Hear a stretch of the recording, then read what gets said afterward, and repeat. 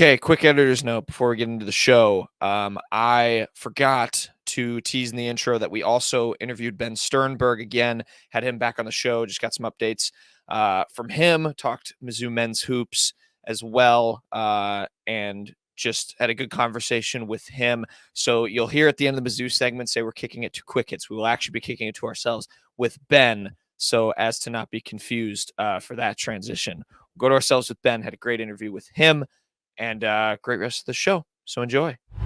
On today's episode of The Unwritten Rule, we've got the Blake Baker news. Not the Blake Baker news we wanted, the Blake Baker news we were worried about. He's leaving for LSU. We're going to talk about that. We'll break down, some of the numbers, the contract situation that kind of, got him to leaving and departing the Tigers for the Bayou Bengals so quickly after signing that extension with Mizzou. We'll talk about that. We'll do some speculating too on just, some possible replacements. Obviously now with Mizzou being in a coaching search. So, that's news for us. So we'll dive into all of that with Blake Baker. That's the big news. We'll also talk about the two guys Mizzou got in the transfer portal, Noel and Sterling Webb. We've got some more guys declaring for the draft, Senior Bowl stuff. Some Brett Norfleet news. He picked baseball, so we'll touch on that. And then Kenny is going to dive into some of the Mizzou guys he saw at the All-American Bowl. He traveled. He's able to talk to all three, Jackson Hancock, Courtney Crutchfield, and Trajen Greco. So, he'll give us his recap there. Also got a photo with a fake Cotton Bowl trophy, so that's fun. Then we'll recap the Georgia game for men's basketball. Did not go obviously well for the Tigers in their first conference game of the season. So we'll recap that, talk about our thoughts there. And then we got quick hits, Ken Sports Shorts, best beats of the week, Dirty Birds, our fraud rankings was week 18 football. So we have a bunch of good NFL teams for that. And then we'll finish up with ratio of the week. So big show to get your week started, of course, especially with this Blaker news. So plenty to dive into before we get started. Quick word from the sponsor, Bet Online. With the NFL playoffs right around the corner and the NBA season in full swing, Bet Online has you covered with all the up-to-second odds, news, and scores. We'll do our best beats of the week this week. It was not a good week last week, as we just tweeted here on Sunday. It was bad. So we'll recap it. But thank you to Bet Online for all those odds. You can get every odd line, trend, and all the info on both desktop and mobile device to access the world's best wagering information at any time. So head to Bet Online today to get in on the action to see all the updated odds. Remember to use our promo code BELIEVE, BLEAV, BELIEVE, to receive your 50% welcome bonus on your first deposit. Bet Online, where the game starts. And after that long-winded intro, the Unwritten Rule starts right now. Marcel, where are you going with that disc? You are not putting that on again. Marcel, okay, if you press that button, you are in very, very big trouble. Attention. Everybody stop what you're doing. It's time for The Unwritten Rule, a Mizzou sports podcast brought to you by the Believe Network, alongside Peyton Haverman and Kenny Van Doren. Here is your host, Jack Knowlton.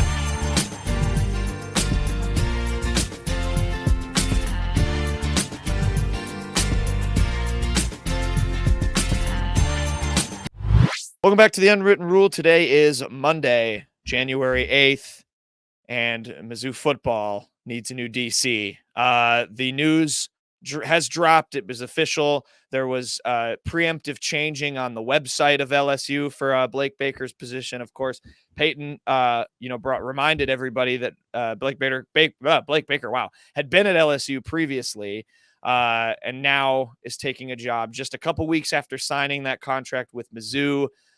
Takes that job. He's going to LSU. He's going to be the highest paid assistant in college football. So I think for Mizzou fans, at least you can hang your head on you lost. Blake Baker lost out or swapped Mizzou for Baton Rouge for that much money. But $2.5 million he's going to make as LSU's defensive coordinator, an absurd amount of money in general, and obviously for assistant. But obviously, bummer news for a guy who has really had quite the run since taking over as Mizzou's DC. And now, we'll get into it, maybe some of the possible replacements. Peyton's talked about it a little bit already.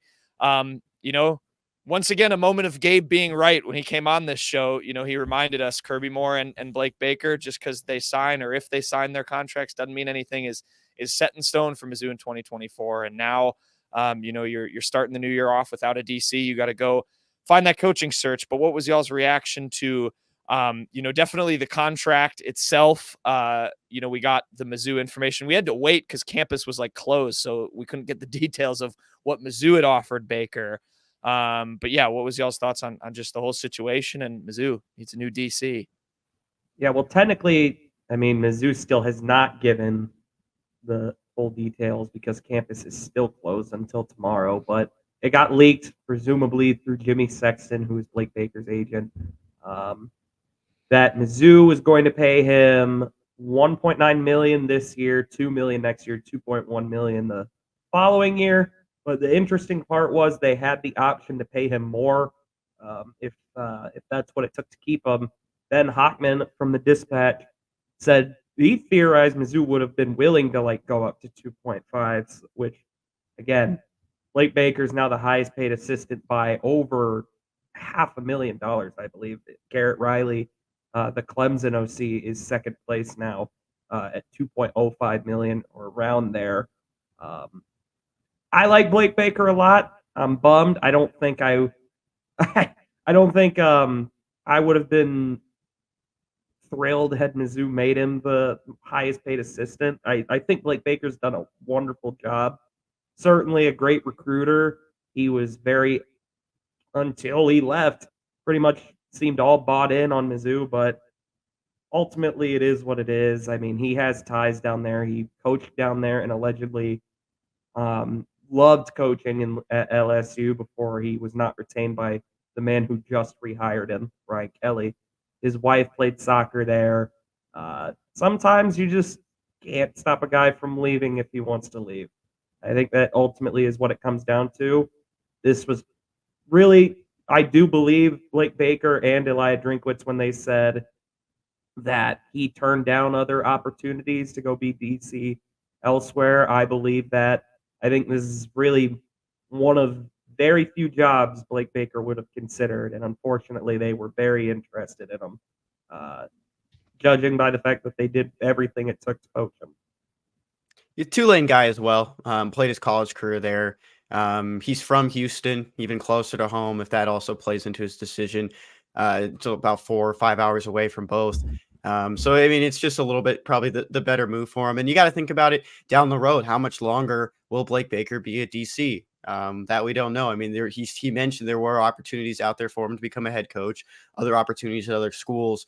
Decided to stay with Mizzou until this position opened up when Matt House was fired last week. Well, we don't know how much longer he has as a DC. I think the best thing I took away was the love from both sides, from the coaching staff to the players. Looked like some players were a little bit bummed out to see him go just so quickly after the biggest accomplishment in 10 years. But it sounds like a lot of the players who are leaving as well, the ones that are going to the draft, they recognize how much he changed and the culture he built. Death row is the culture for that defense. That's what they call it. We've seen it before that the play calling has been handed down under Drinkwitz from to a new OC and Kirby Moore. I don't know if it'll be that smooth of a transition to whoever the new DC is, and we'll talk about who that could be in the next few minutes here. But we've seen it before with the culture this school has built. I wouldn't be too upset with it right now, and I think a lot of people feel pretty fine that Blake kind of chose the path that was right for him. Okay, I'm curious on the last thing you said, because I think, and at least Gabe was going back and forth with some people on Twitter, I think that's an interesting thing to touch on, is the people who are getting mad about, oh, he just signed a new contract with Mizzou. How could he do this to the program that, like you just said, he built up, whatever. And I think Gabe, as he pointed out to us when he came on the show, said nothing's ever set in stone. And it's pretty funny how or even the people who are fine with Baker leaving, but get annoyed that when players transfer and stuff like that is, it's just another example of kind of the volatility of, college football. And it's not necessarily job security isn't always there. Even when you offer the big contracts, these guys have other opportunities to go elsewhere. Peyton said it. I think that's a huge thing. It was really the only DC job or non-head coach job he was going to take. I was just curious at what you already kind of touched on it, Kenny, but some of the reaction of that. But I mean, I don't fault him. The reasons seem to be pretty clear. He's leaving behind obviously a great legacy. And I still think a great thing to build on for this team. I think it kind of speaks volumes that the world didn't seem to come crashing down. Like Mizzou can certainly still put its defense in a really great position, even without Blake Baker. I want to Definitely. jump in here for a second Yeah. too. Like, just like thinking about we've heard it a million times. You hear it all the time. It's a business over anything else, and you can talk about the commitments to schools and That's what Gabe from said, coachings. Yeah, no matter what, the business and personal side will most like over 50%, over 75% will trump what like the game of football means. I mean, if something is a better opportunity elsewhere, people are going to take it. If there's more money elsewhere, people are going to take it. And that's just what it kind of came down to. It was the job that he always wanted, and he coached himself into it. Yeah. I think at the end of the day, it's important to remember, it sucks to say, and I know it's not what a lot of people want to hear. Coaches are mercenaries, basically. More often than not, they're going for whatever the top dollar is, whatever the top situation in their mind is going to be. I mean, you have to look at it from Blake Baker's perspective. I don't like people really saying it's a lateral move. For one, yes, LSU's defense right now is certainly not better than Mizzou's. But I mean, you got to think about it from Blake Baker's perspective. He wants to be a head coach. He doesn't want to be a DC at Mizzou forever. And while maybe your stock can still rise if you stay at Mizzou and have another great season defensively, think about how much more your stock rises if you go to LSU, rebuild that defense immediately. I mean, he's going to be like the top head coach on the market. He might not even have to go the group of 5 route. So there's just so many different reasons Blake Baker could have chose to do this route. End of the day, Mizzou won the Cotton Bowl with him. They went 11-2. He left a good foundation in place. Hopefully, he doesn't poach much from that, but I can't really bring myself to a point of being super angry about it. Yeah, I mean, you can look at it just from a job. Like that's where you have to kind of realign your thought process. I feel like to just think about this like a regular job. Another business is offering you $500,000 more to be closer to your family and still be at a high ranking position. I think that's somewhat of a no brainer if you think about it. So I was curious about that. We can get back into the football side of things because that is what ultimately it does come back to. I don't know if we want to get into, what Peyton just kind of touched on with like, the poaching possibility or, if anyone follows Blake Baker, to LSU. It's an interesting thing to think about, but I think we should get into now, of course, from the Mizzou side, you got to look at some replacements here. Peyton's talked about it already, the linebacking coach, DJ Smith. I mean, who are some names that you guys are looking at? Is that kind of the main one? I think Peyton, that's seems to be what you think, at least the comfortable choice, or at least easy segue now from Baker would be. I don't think it would make much sense to name a guy your co-DC and then not name him the actual play calling DC.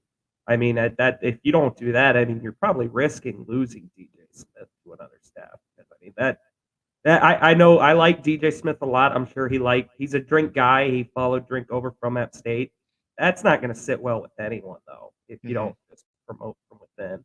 And realistically, I think it makes sense to maybe just continuity-wise for the defense. I'm sure no matter who the DC is, a lot of what the scheme was, a lot of what worked, a lot of the play calling tendencies is going to remain the same, but DJ Smith just makes it maybe a bit more seamless. Because, I mean, a big part of this is you don't want to lose a lot of players on defense. I mean, there are guys, Blake Baker was the safeties coach. I mean, you got to look at a guy like Dalen Carnell and think he's got to at least keep his options on the table. I'm not saying he will leave. I don't even think it's likely, but you have to just, if you're Drinkwitz, consider everything. I think it's the most seamless if you just promote DJ Smith. And I can't really tell you any other names that would make a lot of sense to me because I don't know the coaching world well enough. And we haven't even seen any names really linked to the job yet. But for now, I think DJ Smith has got to be the easy favorite. Yeah, and I like that he's been the co-defensive coordinator for 2 years since Blake Baker joined the staff after he was not retained at LSU. When they announced him as the DC, it's been DJ Smith as a co-DC ever since. And we know DJ Smith has had that connection with Drinkwitz forever. I look at another guy like Bush Hamden. He's been connected to Drinkwitz for over a decade. It was a different situation. It was only in his first year under Drinkwitz's staff at Mizzou. Didn't get that OC job, moved on, went back to Boise State. So maybe that's something that kind of like creeps into my mind is that, I don't think they would be afraid from going out of house and find someone. With it's been, 2 days now since the news broke, and we still haven't heard any names. I still think they're probably leaning on DJ Smith, especially just with, like Peyton said, the continuity and knowing a lot of these guys trust him, and he knows this defense and knows these players better than anyone. One name that I've read about a few times is Will Muschamp, who is the co-defensive coordinator in Georgia right now.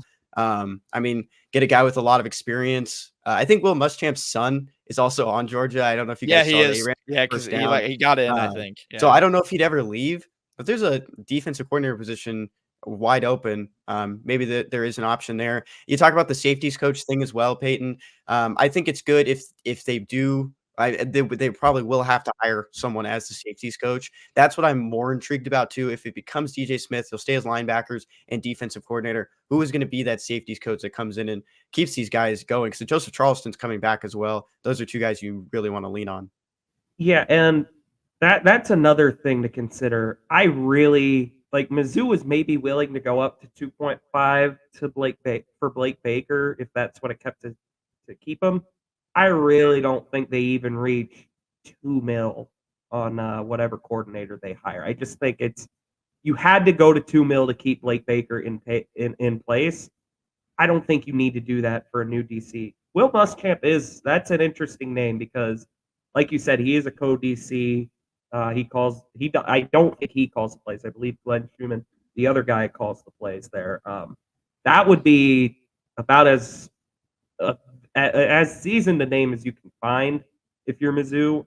But I think whoever you hire, I'm spitballing here, you give them a little less than $2 million, and you give the rest of your defensive staff like maybe some raises just to keep other teams away from poaching them, like LSU. I mean, LSU has been linked to Kevin Peoples, although Kevin Peoples was recruiting at Mizzou this weekend. There doesn't seem to be much traction as of now, but giving all those guys raises, like you said, you're going to need to hire a new coach, whether you shift responsibilities around. Maybe Al Pogue takes corners and safeties or something, but you're still going to need to hire another coach somewhere. Yeah. I don't think anyone's justifying $2 million. Also, I don't think there's anyone that comes in and be like, I deserve what you guys were going to pay Blake Baker, unless it's a big time defensive coordinator from a Power 5 school like the Big Ten or SEC. I like your thinking though, moving money around and keeping guys here and not taking positions elsewhere.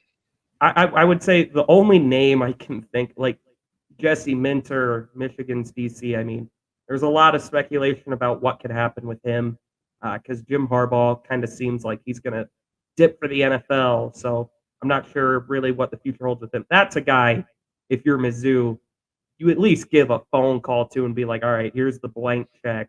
We'll give you whatever you want here. But I think that's very out there. There's no ties between Minter and anyone on Mizzou's staff. But I agree with you there. I don't think there's any coach that's going to come in and really command $2 million. For sure. I got one more thing on Blake Baker. I don't want to get too much into the LSU side, but I do follow a lot of these LSU recruits, and it's interesting to see guys that are committing or that have already signed for the class of 2024. Big guy out of the Houston area, Xavier Atkins. It goes by Debo. He was ecstatic when it happened. He posted a couple tweets saying he was the first. Blake Baker recruited him when Blake Baker was at LSU. That's how long these ties go back. Keelan Moses, who is a huge linebacker in the class of 2025 out of Baton Rouge, right next door to LSU. He was saying his first offer came from Blake Baker. Talked to another guy today who's a linebacker and defensive end in Kalaj Cobbins. He was very excited. He's like, he's been following me since I was, my first couple of years of high school. These guys are pretty excited. I told him though about it. I was like, he's a football guy. Like you're going to love him because he wears cleats during practice. He wears hoodies in Yeah. 100-degree weather. The guy just lives and breathes football, and that's what we can always remember about Blake Baker. Yeah, that's almost a dagger, Kenny, to Mizzou fans, only because it's just a reminder of how good of a recruiter he is. But yeah, I mean, it, and also just another reason of or another example of why he's earned that kind of money. And yeah, we'll see what he can do. Yeah, I think you both make some exceptional points. It seems like Mizzou, the right thing to do is kind of your due diligence. Like you said, you make a couple phone calls, you reach out to people here and there, you kind of put some feelers out. But I think it's nice that you can go back to a guy like DJ Smith, promote from within, keep that continuity, like you both said, and then, yeah, kind of distribute the funds maybe elsewhere. I think that's ultimately what I would be in favor of. That just seems like a good way to run a business because, again, that's what this is, as Gabe has so smartly pointed out a couple times. But, yeah, Baker gone. My only other thing, guys, you said a couple names. Will Muschamp, sure. Minter, sure. I think a name we're leaving out of the equation here. Deion Sanders. Yes, that's right. That's what the Mizzou fans want. I'm pulling this from Message Board Geniuses. I had to throw this in here because this was hilarious. This came off the Power Mizzou message board. A guy's thing got screenshotted. I'll read this. It's safe to say Deion Sanders' first year at Colorado did not go how anyone expected it to. What if we were to poach him from Colorado with the buyout money from Baker? I think with Deion, we could field a top 10 defense next year. He does have prior experience in the NFL. In addition, I think the players would love him, and he would increase morale in the locker room immensely. Don't even get me started with recruitment. If he could bring some stars over from Colorado, Missouri would be a top 10 team before our first game. Deion Sanders and Eli Drinkwitz would be one of the best recruiters. I think recruit teams is what he meant to say. If not the best in the country. So just another name to look out for, Mr. Sanders. Sports, who knows?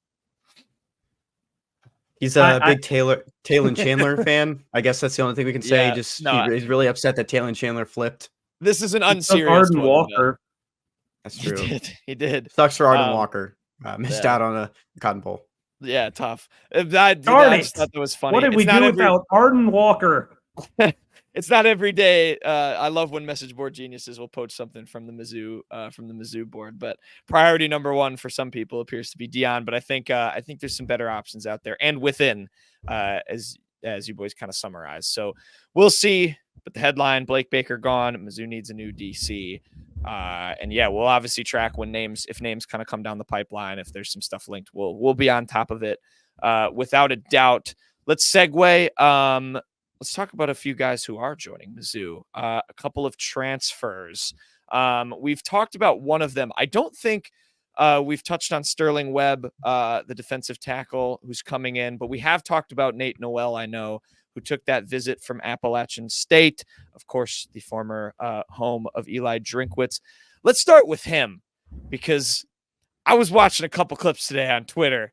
I'm excited by Nate Noel. The kid is fast. He's giving me some Tyler Beatty vibes. I don't know. It looks like a little bit smaller. Again, this is like from a couple clips I just saw of him like busting out long touchdown runs with the Mountaineers. But coming in, you bring another running back in along with Marcus Carroll for that room. You're adding the 4-star Quan Lacey too. It seems like, Drinkwitz doing some good due diligence to try and replace as much of the output that Schrader gave you this year as he is. I'm excited by Nate Noel. Fast. I am speed is how I described his game.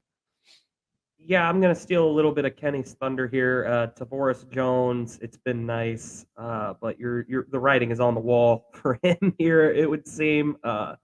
Yeah, I think the running back room is probably set right now. I mean, your top four is going to be some sort of combination of Noel, Carroll, Lacey, and I would assume Roberts. Maybe Jones does hop Roberts. I'm sure they'll both stick through spring and see which one of them can kind of duke it out for that spot. But yeah, I think they're almost certainly done at running back now. I saw a lot of people debating like who's going to be RB1 between maybe Carroll or Noel. I got to be honest, I really don't think there's going to be much difference in the carries for them. What you ideally don't want to go into a season having a running back take 90% of the carries. Schrader just kind of forced their hand last year because he was, just so good when he got his hands on the ball. But ideally, you do more by committee this year. You get I really like the dichotomy here between Carroll and Noel. Like you said, Knowlton, he's a burner. I mean, in just 2 years ago, I mean, he had an 1,100-yard season. He's dealt with a lot of injuries, so that production has dipped. But I mean, he's so fast. I mean, that's kind of like your change of pace guy. Probably Carroll's probably someone you use if you just need a couple hard-fought yards, I would assume. Um, he's kind of one cut and go. Noel's just the blazer. And I'm sure they'll mix in Lacey and Robert / Jones in some way. Yeah, I hope this running back with the name Nate goes a little bit better than how the start for the last Ouch. one went. Sorry, that was a bad shot at That's Nate dig. Pete, but it does feel like the start of Yeah, that he does won. feel like it does feel like the start of the last two seasons. You do have these two top experienced running backs fighting for carries, working together to move this offense forward. And I brought this up when Marcus Carroll committed to the Tigers. I like the 23 receptions for 234 yards. Schrader was that safety blanket this year for Brady Cook. When there was nothing working downfield or over the middle, he went to Schrader. And Cody had some great receptions this season, finding the wide open space, fighting for an extra couple yards. And I think Marcus Carroll is going to be that guy that does it. Nate Noel did a little bit more in his 2022 season, but wasn't as active in the passing game in 2023. So it does with that dichotomy that Peyton was talking about. Nate Noel is going to be that blazer in the backfield, and Marcus Carroll will give you a little bit more things to fight for some yards. But I do like that in the running game. Yeah, definitely. I think you're spot on with it feeling like the start of the last two seasons. The receiving yards too. I mean, you mentioned Carroll having that. I mean, Noel, he had 16 catches for 86 yards. I mean, maybe you can leak him out a little bit, use his speed. I don't know if you throw him in like sweeps or something like that, but however you can use that in tandem with Carroll, you can maybe rip off some big plays with him in a little bit of a better offense. Just the stats quick. I meant to say this at the top, but he had 173 carries, 834 yards, 5 touchdowns last season. Peyton mentioned to that 1,100-yard season from a couple of years ago.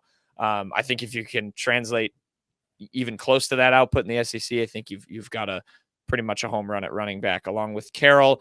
And then Webb, Sterling Webb, the defensive lineman. He's from St. Louis, was at New Mexico State last year. I don't think it's a name we have mentioned in our little transfer portal, keeping track of. What do we know about him? That's because he quite literally stepped on campus today. I mean, I think he was on campus all of 5 minutes before he committed. Yeah, this one, I mean, so that's the second DT that Mizzou absolutely had to get. I know I'm not going to say them because Gabe DeArmond had them on Power Mizzou. I'm not going to say the paywalled information. There's more on campus, but this was one that they felt pretty good about. This isn't just a throwaway guy either. I know people may see, New Mexico State, what's that about? But I mean, he had offers from Arizona State. He had offers from Indiana, Illinois, Houston. There were some Power 5 programs that were vying for his services. Ultimately, being close to home, I'm sure was kind of the scale tipper there. But yeah, that's the second DT that Gabe DeArmond really said Mizzou needed. And they may not be done on the D-line, though. For sure. You got to look at what they've lost. We got a lot of guys running out of eligibility, declaring for the draft. And we talked about that at length with him. And we'll get into some of those guys who have declared that we didn't mention before. One of the big things that stands out to me about Sterling Webb is that this isn't his first time in Columbia. Sterling Webb, of course, New Mexico State. New Mexico State played Mizzou in a cold as balls in 2022. You guys were lucky that you guys were not there. You didn't get to experience that. Lucky. Don't pretend you were out there with us. You were there?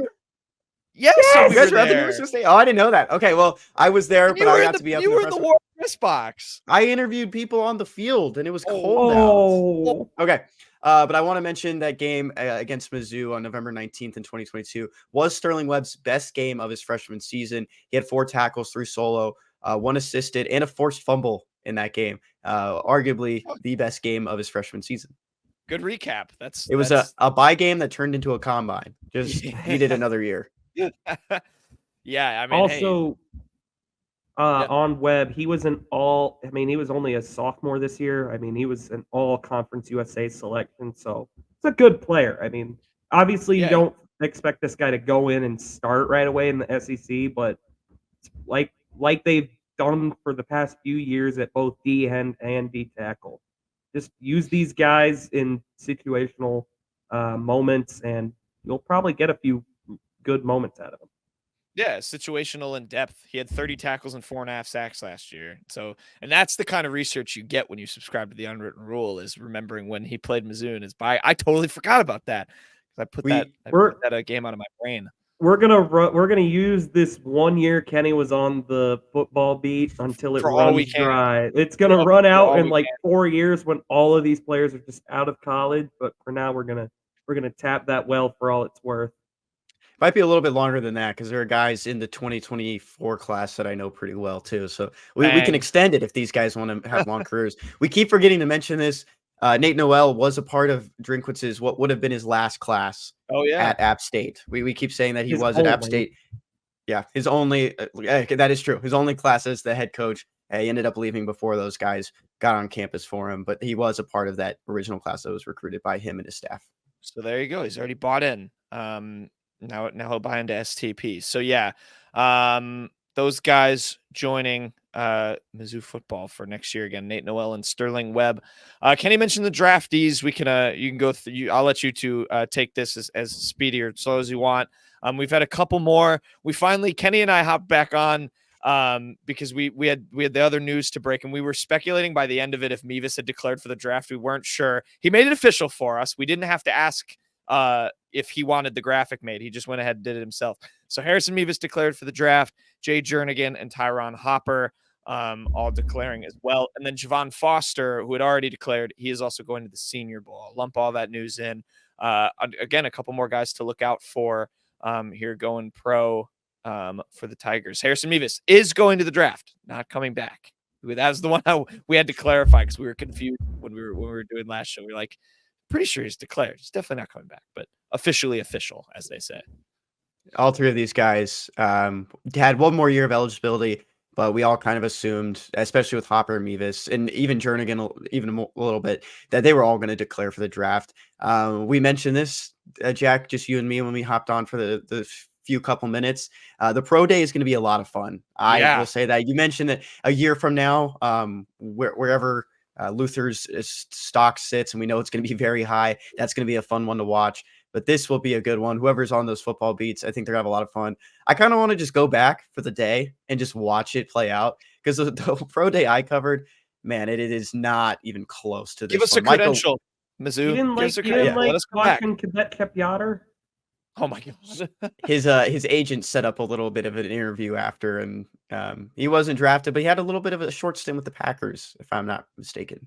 Oh, you know, the Arizona Cardinals talked to Kobe Whiteside. They probably asked him where the bathroom at the facility was. It was at like one of those smaller Senior Bowls was. I do recall this conversation. Yeah. But yeah, thoughts on, again, I think Kenny summarized it well. Peyton, you have anything on these guys? Again, we'll have more on them, like where we think they might go once we see, down the road, once we see pro days and get more mocks and stuff like that. Yeah, there no surprises here. I mean, we assumed all of these guys were going to be gone. Yeah. So again, Tyron Hopper, he had 55 tackles, 3 sacks last season. Missed some time after the Tennessee game, of course, with injury. Jay Jernigan, 18 tackles, 1.5 sacks. Harrison Mevis finished with 405 career points for Mizzou, kicking field goals. 3 for 5 from 50, 24 for 30 overall last year for the Tigers. So all three of those guys going quite figuratively and literally. Yeah, it's going to be a tough transition. I'm already a Blake Craig guy, but yeah, he's going to have definitely some high expectations as a freshman after what Harrison Mevis did. Segueing, another quick point we can touch on. Oh yeah, Foster. You guys have anything on Javon Foster? He's going to the Senior Bowl. So another Tiger. Or he got invited to the Senior Bowl. From Javon Foster to Caden Green. Hopefully that's not much of a drop off, because Javon Foster was damn good out there. He officially accepted it. Javon Foster's not a big X user, so I don't know if he's going to post a graphic declaring it. That's just the world we live in, that we're waiting for official declaration for the NFL draft. he's going to the NFL draft. This is a for sure sign. And even last year, he had draft buzz. And our friend Max Chadwick at PFF loves Javon Foster more than a lot of offensive linemen. And he's a big O-lineman guy. He votes on the Lombardi Award, and he's big on Javon Foster. Yeah, we try and sway his vote as much as we can for any Mizzou O-line maybe on the ballot. But for legal reasons, we do not do that. Yeah, well, and again, I just to keep saying it, like we'll have Max, we have other draft guys on. We'll keep evaluating these guys because obviously it's very exciting with so many potential Mizzou pros. So good news there. And then final thing, Kenny, before you give us an All-American Bowl recap, Brett Norfleet. He is officially a one-sport athlete. Obviously, we got Sam Horn. He does the dual sport, football and baseball. Brett Norfleet came in as a freshman, was going to play baseball for the Tigers too, but he tweeted and officially declared that the fleet will only be on the gridiron going forward, it would seem. It does not look like he's going to suit up for the Missouri baseball team. Big loss. I mean, we love Mr. Norfleet. I know you guys were kind of bummed to see he's not going to play baseball. I didn't care. Well, I'm not bummed, but more of a Sam Horn. I doubt he was really going to play much. I mean, Sam Horn was sad. Sam Horn replied with the sad emoji. They'll have to settle for in 2 years just connecting for like 16 touchdowns, a la Drew Lock to Albert Okwuegbunam. That'll be a redux, but I mean, yeah, Brett Norfleet. I mean, he surpassed. I remember Kenny and I, when we were watching like high school clips of him play football, we were like, man, considering where the rest of this tight end room is, he's probably going to get a lot of snaps as a freshman. He still like surpassed, I think, all of our expectations. Really improved as a blocker throughout the year. So yeah, I think it makes sense for him. He's definitely got a future in football. Yeah, he's not on the same level as Sam Horn for baseball. I think maybe that's what a lot of people don't realize. Sam Horn could have gone in the first round by some projections. He was a top 100 guy, and it just organizations realized they couldn't pull him away. Thank you for the okay, Tyler. My friend Tyler Kading is big on Sam Horn's baseball career. That's something maybe people don't realize is that Sam Horn is on another level baseball-wise than what Brett Norfleet was. I think this is something that maybe blew the expectations out of the water for what Brett Norfleet accomplished. Most certainly, the guy coming in, I was watching a lot of, his clips at Faurot Field last year in the state championships, and very raw player at the time, even facing guys that were 2 times smaller than him. He was just still a huge guy that had a lot to grow into, and he's really improved that. And I think I made a joke that he kind of looks like a gazelle out there that's still trying to get his feet under him, and he really improved over time, and we did see that. I mean, I'm sure in order to get that big as a freshman in college, like you probably grew like a weed. I'm sure that takes some getting used to, figuring out how to use that size. And I think, yeah, he looked great on Black. Well, we're a Brett Norfleet podcast. We don't have to sell Brett Norfleet to anyone else. We've got the fleet. He just, I remember he blew me away like day one. I was like, this guy. I mean, he looks like a potential, at least an SEC caliber tight end already as a freshman with his build. And so, yeah, definitely doing some good things. We'll see what the fleet has in store for us in year 2. Hopefully he's catching a boatload of touchdowns. No pun intended because of fleet, but yeah, not playing baseball. Kenny, this is where I'm kicking it to you, dude. You were at the All-American Bowl. You got to talk to a couple of the Mizzou guys were there. Jackson Hancock, Courtney Crutchfield, Trajen Greco.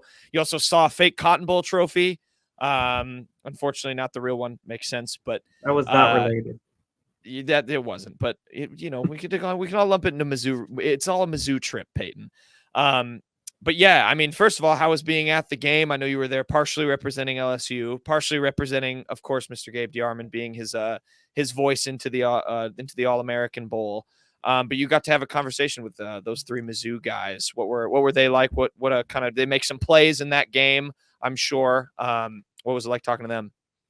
Yeah, so started off Friday. I did go to that practice. It was more of a walkthrough. I didn't really see much. There was no pads, no helmets.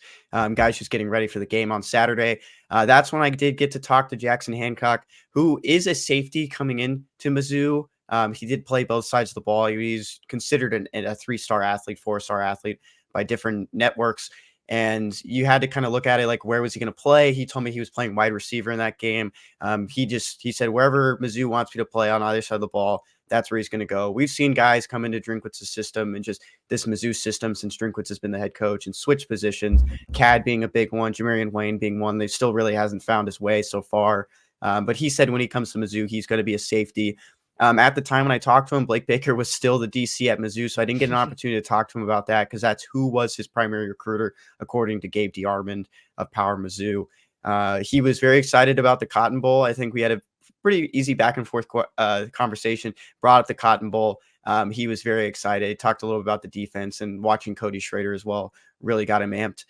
One thing about Jackson Hancock, he's not enrolling early. He made the decision to finish out his high school career, and he will be with the team during the summer. He said it was more of just a family decision to come to that. On the field, though, I don't want to drag it too hard. The All-American Bowl was they didn't have stats. I'll say that. And when they did have stats, they were all wrong. Courtney Crutchfield, I'll get to in a second, had a huge game. 1 reception for 0 yards, according to the stat sheet at halftime. Very incorrect. There was nothing online that I could find. And I asked them and they said they're trying to fix it. They'll maybe have stats later. I never heard back on that. And so I didn't see, I wasn't really monitoring the Mizzou guys, more of just watching because there was 4 LSU guys on the field that I needed to keep my eyes on. But I did. Courtney Crutchfield, I'll get to him right now. You couldn't keep your eyes off Courtney Crutchfield. One, he doesn't wear a wide receiver number, and I don't know if that was just because of the game or not. What does he wear? He wears 25, I believe, and so that was a little bit funny to see. And but such a strong and physical wide receiver. Watching him on the field, doesn't look like the biggest guy right now. But there was someone that had a late hit on him and got the flag. The guy bounced off of him with the late hit. Courtney did not go down. He's a strong guy. I asked him about it, talked to him on the phone, to get to talk to him at the game. He was telling me that's just who I want to be. I want to be this physical guy who goes up and gets footballs. He was doing 2 feet in bounds. High school and college, it's 1 foot. He was practicing 2 feet. The guy was doing a lot on the field, especially in the first half as a wide receiver. He talked a little bit about how Coach Peeler, Drinkwitz were reaching out to him. Even Al Davis, who we've mentioned, has that connection to Pine Bluff, has that connection to Arkansas. Talk about Jordan Harris and Austin Dendy. Good conversation with him. I think Gabe will have that one up as well. So these 3 conversations Gabe will have up on Power Mizzou if you want to just listen to him there. And I talked to him. I was like, what does it kind of mean that like Austin Dendy, Jordan Harris, and now you are going to Mizzou? And he was like, we just want to start a pipeline. And I thought that was a huge thing to hear is this. A new head coach coming at Pine Bluff in the last couple of years, and they want to get these guys to Mizzou, not Arkansas, to Mizzou. It was a very unrecruited school, unrecruited area for a long time. And he talked to me, he's like, kids from my area aren't used to, enrolling early at schools for college, especially on the football route. It's just, there wasn't a lot of high end talent for a little while. And now he's going to be a late enrollee. He's not going to enroll in January, just enroll in the normal time. And that's what kind of played in his decision. But he was very excited just about the overall play. And another guy was pretty excited about the Cotton Bowl. I'll just say Trajen Greco probably gave me the best reaction too about that. And that's on Power Mizzou. But Trajan, I didn't ask him about Blake Baker because he mentioned that his primary recruiter was just Drinkwitz. Even when he was committed to Georgia Tech before he decommitted a couple months ago, he said Drinkwitz was always talking to him. And the reason why he loved him so much is that he was just so real. He didn't dance around anything. He talked about, trying to build yourself up, get yourself into the system. And I mentioned why Blake Baker was his primary guy is what it said. It's because he's a safety. And I thought one of the best things, he did have a pass breakup, but he also tackled Ryan Wingo. And I thought that was pretty funny as those two had ended up being teammates. It would have been interesting. I didn't see any of the LSU guys tackling each other, so I thought that would be pretty fun. He was someone who made the decision to sign on early signing day so he can enroll early. He'll be with the team next week when school starts. But he came to the decision to announce at the All-American Bowl, put some more eyes on him. And he did not tell Crutchfield or Jackson Hancock that he was committing until the night before. This guy kept a secret. I don't know how he did it. He said Crutchfield was blown away. He was really surprised it happened. Hancock felt like it was coming. Him and Hancock, both Georgia kids, they were roommates the whole week. And so he kept it a secret that whole time until Friday night. That's all I got. I did talk a lot there. I hope you guys just kind of enjoyed some of those small updates. Yeah, I did see a fake Cotton Bowl trophy at the college football experience because I am in Houston and the college football championship is here on Monday. and the national championship. And so I went to see it, and I was told it was a dummy trophy. I posted a photo of it on our X account. He couldn't hold it. They asked him if he could. He asked to hold it, and they said no. Yeah, no, that I think that's good. It's good to have all those tidbits. I mean, especially the Ryan Wingo thing. I know kind of cracked us up. But yeah, especially with Greco, getting that commitment, getting that flip. Again, it's the Blake Baker effect, and now you hope whoever comes in can. He's keeping these guys around and keeping that system intact, like you said. Peyton, you got anything on any reactions? That's 2 defensive recruits that have committed since Blake Baker left. Take that, Blake. Yeah, you weren't that important. But I'm kidding totally. My other reactions to that, mostly on Crutchfield, man. Like, it's good that he stood out. Jacob Peeler, man. Every time a wide receiver recruit comes up, he's the best kept secret in the country. I mean, I have no idea how nobody comes and poaches Jacob Peeler. He is unbelievably good. Other thing, interesting that pipeline point. I always love little pipelines just in random states like that. Mizzou got one in Florida at St. Thomas Aquinas. They got one now in Arkansas, it appears. I mean, realistically, I know he said like he wants to go to Lee Summit North. That's a good one in Kansas City now, even though it is in Missouri.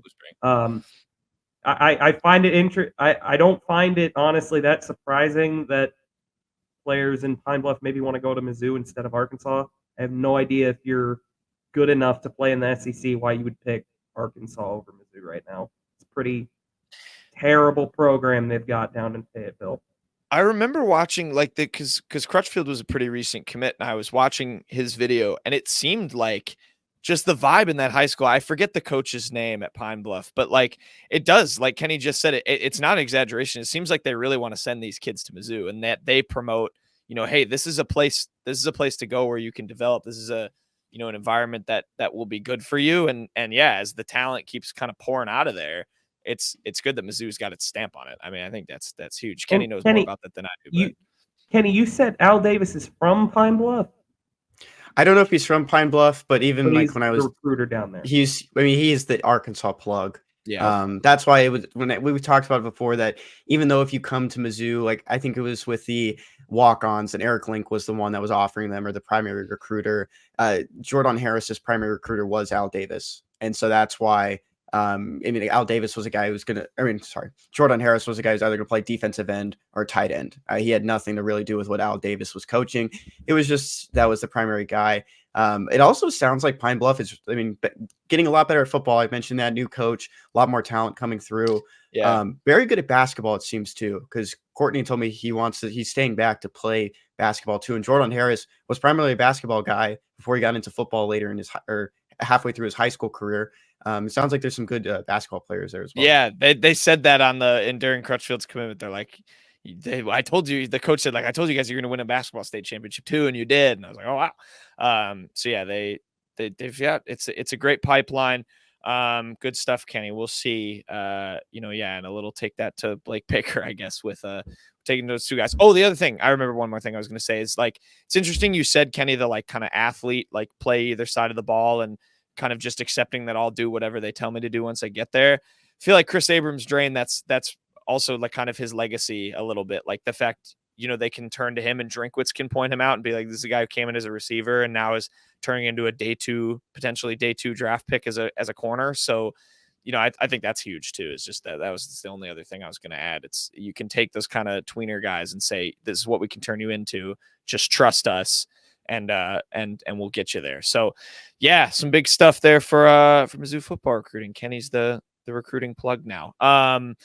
Let's segue. A lot of football talk. Let's do a quick recap for Mizzou men's basketball. First SEC game of the season did not go to par. Peyton just we just did all this good football talk. Peyton, I could tell, go subscribe to the YouTube. His screen I'm looking just changed and he just cringed because he remembered, oh crap, we have to recap this game. Georgia 75, Mizzou 68. Maybe we jinxed it because we said this is a team, we were talking with Benny, Peyton, and I about Georgia, it feels like Mizzou always has his number. We brought up the Anthony Edwards thing. And for a while, it looked like we were really going to be wrong. Georgia was running Mizzou out of its own building early on. Mizzou plays that kind of final 4 minutes well, but just can't quite erase what was a bad deficit in the first half. 75-68. I'm sure you guys have a lot of thoughts, so I'll let you guys just dive into it. Mizzou loses its first game in conference play to the Dogs. Yeah, the team just ain't very. It's just it ain't good, man. It's not a good team this year. I hate I don't like the whole. Oh well, at least they fight till the very end. They should not be getting down 17 points to Georgia in the first half, of a home game. Georgia's a decent team. They're not I don't think they're a tournament team. This was a game Mizzou really, really, really needed to kind of get at home against kind of a middling team. If they wanted to kind of still maybe have a chance at going in the middle of the pack, now you're going to have to kind of steal a game somewhere that you probably shouldn't win. It's just, I'm trying to think of some positives here. Sean East and Tamar Bates still look like pretty reliable scorers. You're going to get 15 or more from them every night, it seems like. Aiden Shaw, really, the last 2 games has started to play like the athlete that he is. Just feasting on offensive boards and getting some really vicious dunks. He's getting a little more comfortable dribbling around, which is good to see. Other than that, man, I just don't see a lot to hang your hat on. I mean, people keep saying they need to just hold the season and play all the youth.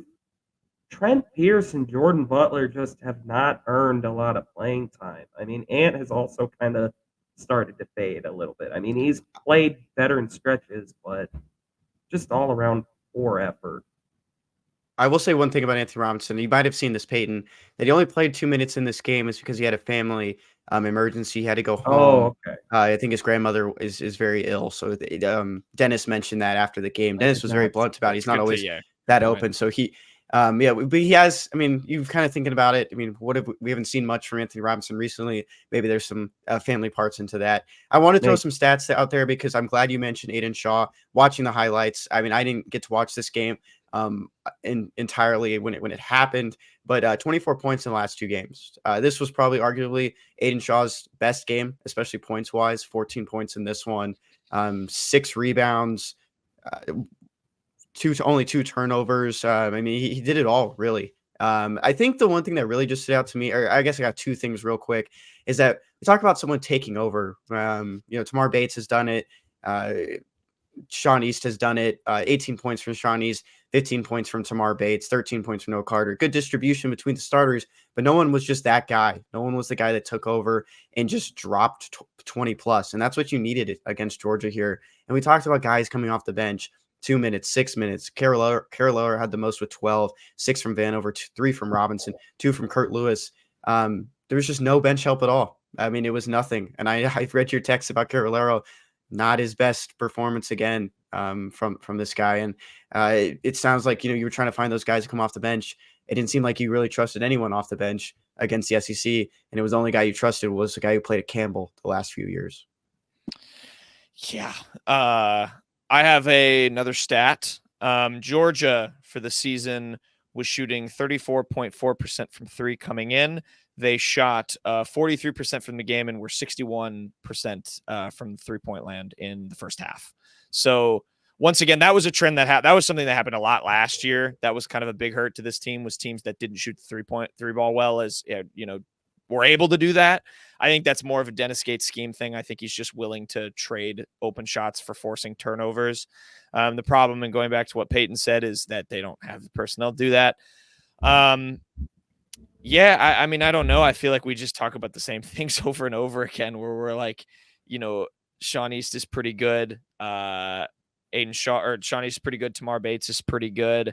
And then, someone else has an all right game. And then other than that, there's just kind of nothing. Like, there's no semblance of real offensive identity, I think. And I think that goes back to something Ben said, actually, when we were talking to him, Peyton, is it's like, you asked him, how do you kind of get yourself through a run like this? And it's like, by keeping your identity. I don't know what that is on this team. I don't know what that identity is. Like, at least there, sometimes there's teams that, they might lose, but that, oh, they're a team that really shoots the three ball well, and it wasn't falling for them tonight. They weren't making their shots, or they're a team that pounds the rock through, into the lane and gets to the free throw line a lot. And they just didn't do that this game. Mizzou didn't seem to do any of that. And, I guess it's a good unintentional, good segue. Dennis Gates brought this up a lot. Mizzou only shot 7 free throws to Georgia's 21.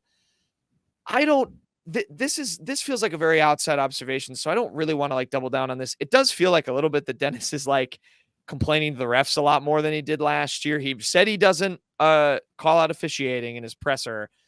That's one thing. I think it's more of an issue that Mizzou just doesn't get to the damn free throw line, and that's a problem. It's a problem. Yeah.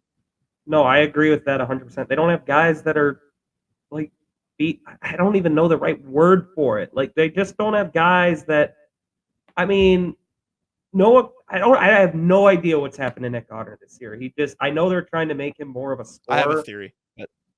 Which I think is a bad idea. I don't think he functions well as that.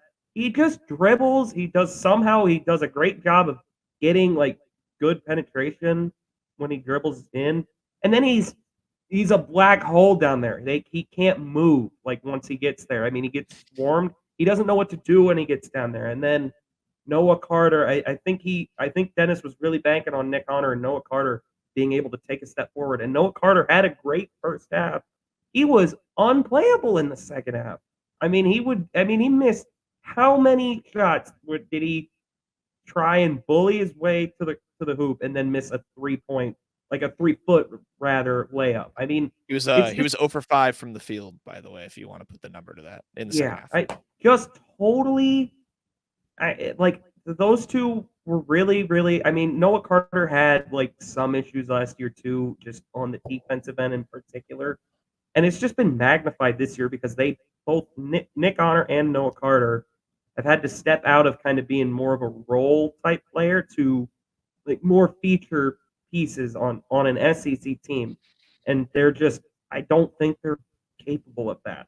And it sucks because we've seen them have useful moments, but I just don't think they're well equipped for what they're doing right now. Yeah, you just explained I shouldn't have even called it a theory. It's not even that intelligent, but like you just explained exactly that. I think Noah Carter and Nick Honor were perfectly adequate and perfect for the roles that they were in last year. And the problem is you don't have the talent around them that makes them kind of fit into an SEC caliber offense. And Nick Honor, to his credit, I think he makes good decisions, and picks his moments to drive into the lane. And then, this offense is so stagnant that not only is he already at a size disadvantage, so he just gets swarmed by people, but then he has no help. I mean, there's no one to drive and kick to. There's no fluidity of like Sean East. The same thing happens to him. At least Sean East is able to like get a circus reverse layup out of it most of the time. And he's a talented player for doing that, or get a floater off. But yeah, Nick Honor, like he just drives into the lane and there's no help. There's no Kobe Brown to dish it to. There's no Demoy Hodge running around the 3-point line to dish it to. And again, I won't expand too far on that because we said the same thing over and over and over again. I know, Kenny, you have another thing, and then I have one more Aiden Shaw comment, but that's about it. Take your Aiden Shaw comment right now. I got one thing, and then we'll move on to okay, Kentucky. yeah. My only thing with Aiden Shaw, I don't think you should take anything away from him in this game. Peyton brought it up. He was making some dribble moves. I think he's getting a lot more comfortable. If this guy gets an ability to penetrate defenses and take guys off the dribble, this is an extremely dangerous player in SEC play. I think that's a pretty obvious statement. I mean, the guy blocked a shot into the hoop because he was so far behind. He had to make up so much ground, and he still got a hand on it, and it almost turned into a layup. Like, I thought that was an insane play, like underratedly. But if this guy develops any sort of a handle, I don't even think he needs a super or even a average 3-point shot, because I think if he just has so much explosiveness that if he's able to just beat guys with any sort of ball, not movement, but like, any sort of dribble package, whatever you want to call it, I think he's going to be a world beater. I really do. He's so switchable on defense. The other thing is he needs to go to the Jacob Peeler school of how to catch a rebound or just how to catch and bring a ball in. There's still some struggles there, but I think he's going to be a phenomenal player. I really do. There's just so much there to like if he just gets any sort of self-creation. And it's something that Peyton, that plagues this team, Peyton, that you said, like, if he could do that, I think this team would be a lot better, but he's just not quite there yet. I think he'll get there, but I loved what I saw from him. I think he's going to be an exceptional player. It's good that he translated a good game against Central Arkansas into the first game of SEC play too. That's what really stood out to me, is that it wasn't just who he was playing. He just translated, he's turning it around, staying in that starting role. Hopefully he builds on top of that. The one thing I just wanted to throw out there, and I think we can all kind of agree with, how this season is feeling, a lot of peaks and valleys, but the valleys are very deep. You see some of these wins and you see some of these losses. You look at the Kansas loss. That's not a deep valley. That's a game where you only lost by 9 points on the road against the that was peak. Maybe a small peak. Yeah, small peak. But then it's not, because you're not building off of it. There's nothing to be, nothing's building off. You went to a game in St. Louis and faced Illinois and showed nothing to that you got better after barely losing to one of the best teams in the country. Not taking anything away from what Illinois has accomplished and how good they've been, how good the Illini have been this year, but you're just not building off of it. And the valleys just keep getting deeper and deeper, especially when you look at a team like Georgia. I mean, definitely better than years past, but it's been a game that you win in the SEC no matter what. And I have a stat about that for quick hits. Yeah, I don't know. And to build off that, I mean, they like the momentum from Kansas. I mean, that could have really been a make or break moment in the season if they could have responded well off that. Instead, they probably had what I think is the worst defensive performance, which is saying a lot, in the Dennis Gates era against Seton Hall in Kansas City. Like, Seton Hall has gone on to be very decent this year, but that was still a game you probably should win. I mean, it's just, I think at this point you got to kind of just face it. I mean, I think you're probably looking at a below 500 season if you're Mizzou. I just don't see. I'll say Mizzou is better than Vanderbilt in conference. I tweeted yesterday LSU, and then LSU beat Texas A&M by 20. So I really can only confidently say Mizzou is better than one team in the SEC this year. I was just about to say the same thing. In a year where Peyton and I have gone back and forth about this, it's a down year for the SEC. I can already tell that. I think there's two, when it comes to late in March, there's two, maybe three teams that I think can go really far. That's a different point, but I agree. I mean, that, like, if Mizzou can't beat Georgia, I don't know who Mizzou can beat. I'll just be honest. But Georgia at home, mind. At home, yeah. I just think it's a rough stint. Kenny, you had one more thing, then I'll segue us.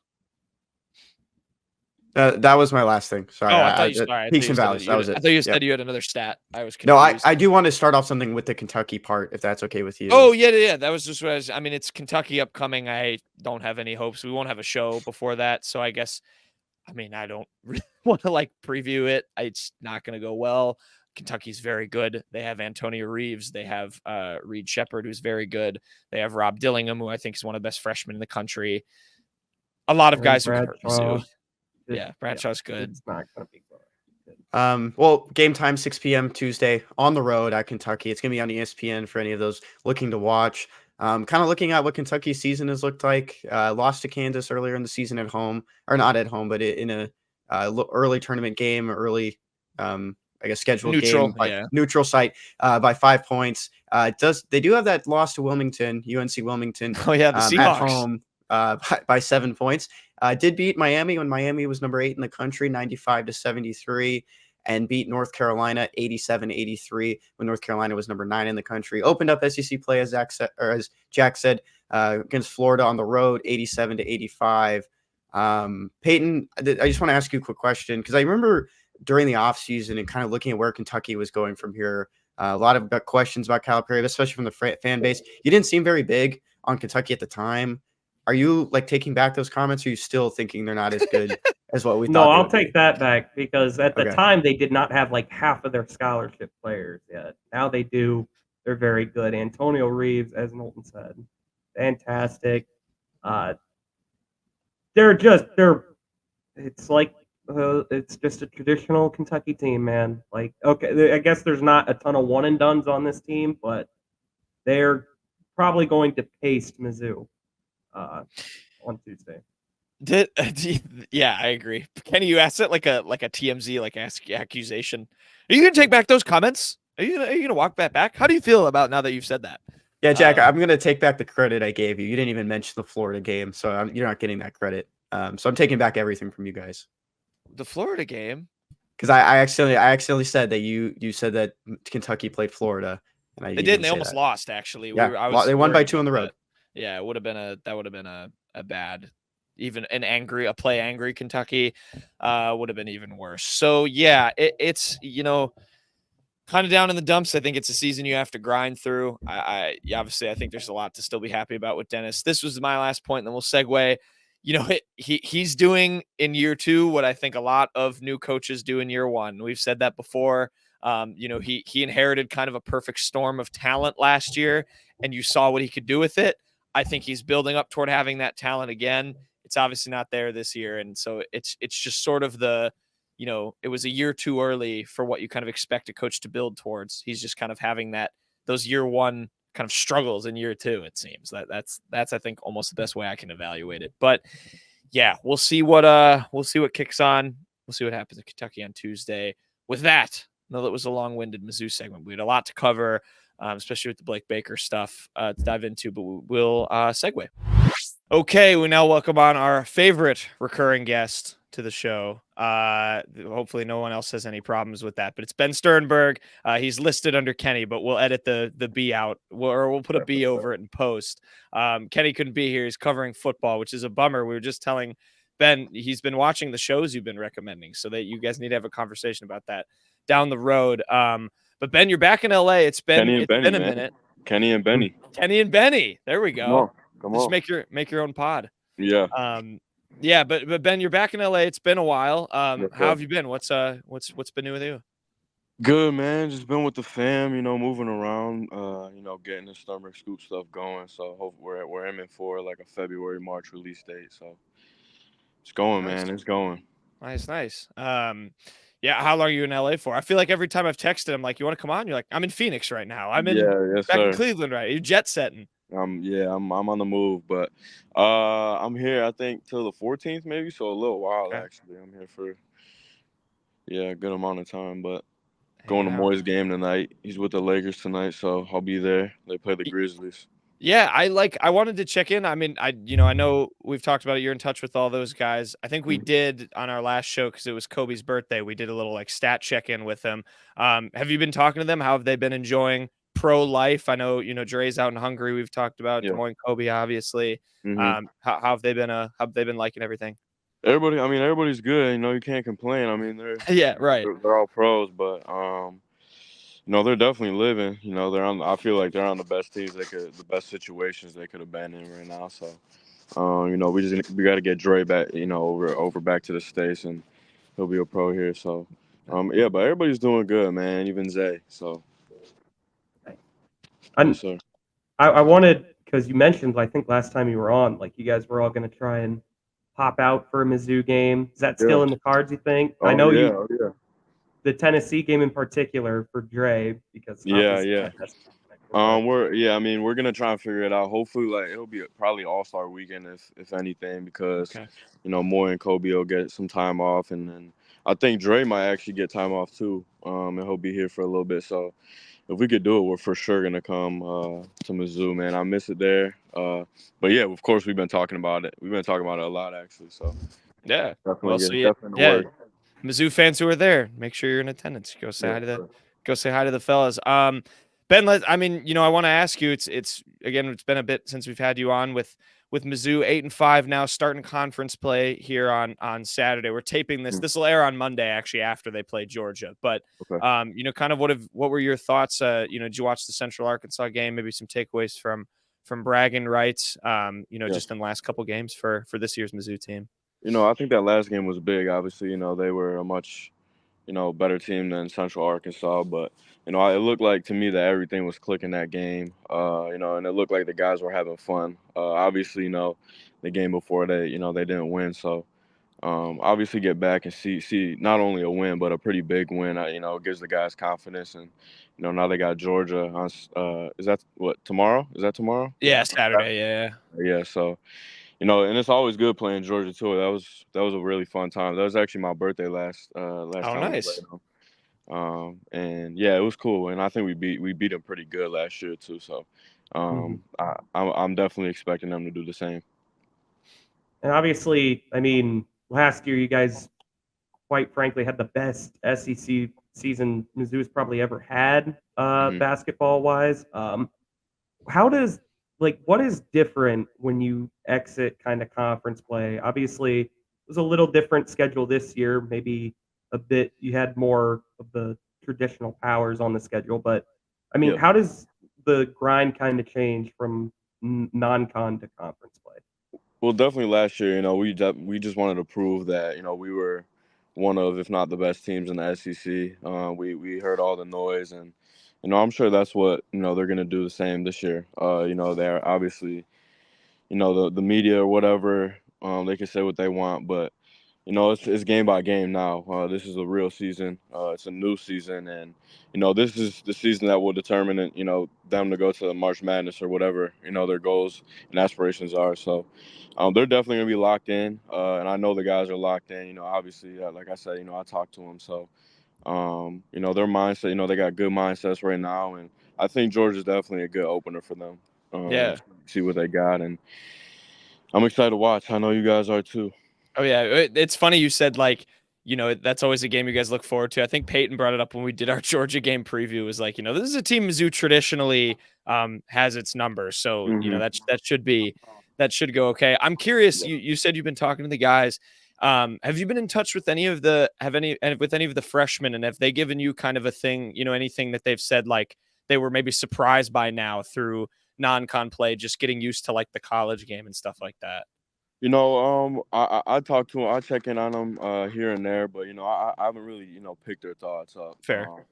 I talked to you know Pierce a little bit, and it's actually little Ant's birthday today, so shout out to Ant. Mm-hmm. Happy birthday to Ant. But you know, I'm just kind of you know watching how they do. Obviously, SEC is one of, if not the best conferences in basketball, so I'm really excited to see how the freshmen do. But yeah, obviously, you know, like I said, you know that the non-con is it's a whole season by itself. So definitely got to talk to them and ask how you know their thoughts about that, because obviously, you know, for the freshmen, it's a big step up from high school.